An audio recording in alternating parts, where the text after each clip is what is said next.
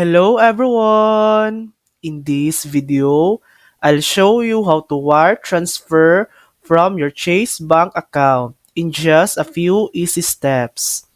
First, open the Chase mobile app and sign in to your account. At the bottom of the screen, tap Pay and Transfer. Next, select Wires and Global Transfers.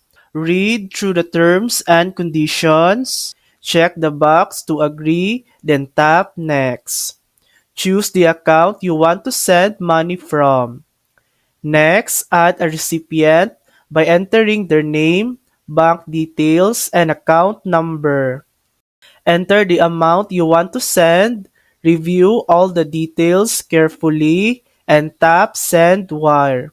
You'll see a confirmation message once your wire transfer is successfully sent. And that's it.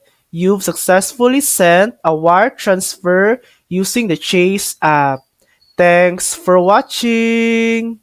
If this video helped you, please like and subscribe for more helpful tutorials.